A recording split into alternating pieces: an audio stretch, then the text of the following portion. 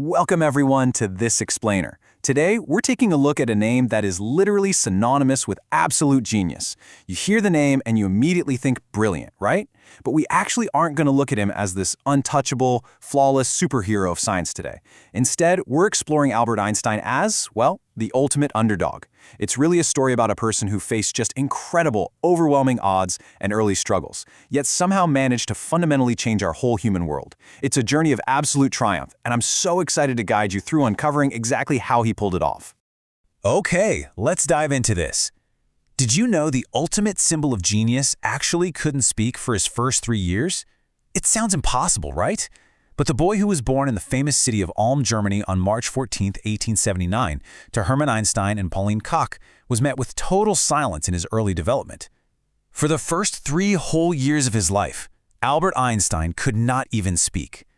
And, this wasn't just some minor delay. This was a profound early struggle that deeply concerned his family and instantly set him apart from the other kids in a way that, frankly, no one would have envied.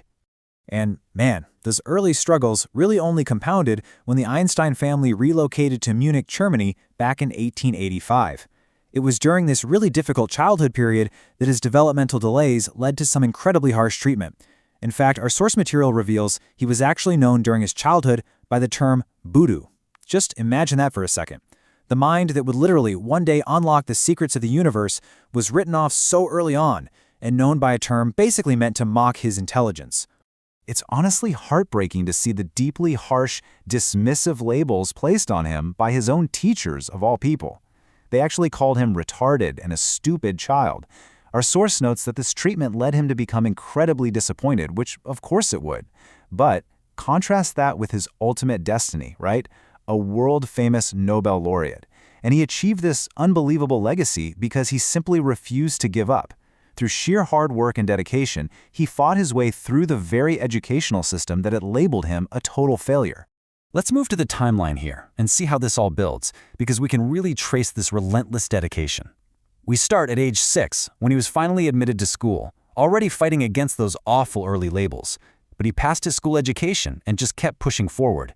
He eventually gained admission to Zurich's Technical College to pursue his technical education, and he graduated in 1901. Then, jumping ahead to age 26, we hit this monumental milestone where he publishes a research paper that literally changes everything. So we're seeing this steady, chronological climb of a struggling student completely refusing to be defined by his childhood critics.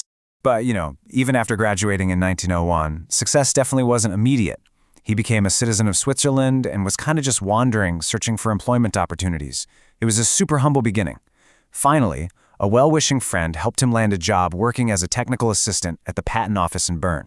And it was right there, in that seemingly ordinary day job, that his scientific discoveries really began to take shape. The gears in his mind just started turning, and his inventions began to slowly form right out of the quiet backdrop of his daily work. So, the crucial point is what actually happened when he turned 26. He was successful in publishing a research paper on the theory of relativity. And this is where we get the wildly famous formula E equals mc squared. This falls perfectly within his theory and established what our source refers to as the principle of relativity. And guys, this single paper brought him worldwide praise. He literally went from being the boy who couldn't speak, the kid called stupid, to becoming world famous practically overnight. Now, E equals mc squared can feel like just abstract math to a lot of us, but I want to ground it with this striking quote directly from our source material. Einstein had proved from this formula that, theoretically, a village can be converted into power. Just let the scale of that sink in for a second. We aren't just talking about numbers on a chalkboard here. We're talking about uncovering the immense, hidden power locked inside the fundamental fabric of reality itself. It's a breathtaking concept that completely revolutionized human understanding. Which brings us to 1921. This marks an absolute peak in the scientific field. In 1921, Albert Einstein was honored with the Nobel Prize in physics, but here's the surprising fact. This wasn't even for the theory of relativity. It was actually for his proposed photoelectric effect theory. He had pushed himself to take even more leaps in the scientific field, fundamentally proving all those childhood doubters wrong on literally the world's biggest intellectual stage. As we transition into his later years, Einstein's scientific journey continued right toward the very last moments of his life. He continued his deep investigations into the unified field theory, which was a process he was intensely dedicated to. But he was also deeply principled outside of science. When a proposal was made to Einstein to become the second president of Israel, he didn't even accept it. He chose to remain focused on his scientific pursuits and his personal values over political power. And this brilliantly illustrates exactly who he was as a person. He had an incredibly high personality, one our source describes as a mountain no other scientists have yet claimed. He just had this saint-like personality among his peers. He was a big pacifist, a peace leader, a Democrat, and a socialist who strongly advocated for positive change. And he held fast to these peaceful ideals throughout his entire life, right up until his continuous scientific journey ended with his passing in Princeton, New Jersey on April 18, 1955. Now, you might think the story ends right there, in Princeton in 1955. But actually, there is a fascinating and honestly slightly mysterious epilogue regarding the physical makeup of his mind after his passing. So we're going to pivot now to look at the very brain that overcame so many childhood obstacles to formulate E equals mc squared. The timeline of what happened next is quite bizarre, to be honest. The brain of this great scientist was actually kept protected for 30 years after his death. For 3 entire decades, it was carefully preserved. It wasn't until much, much later that a neurosurgeon was finally able to study and analyze the unique physical structure of this remarkable organ.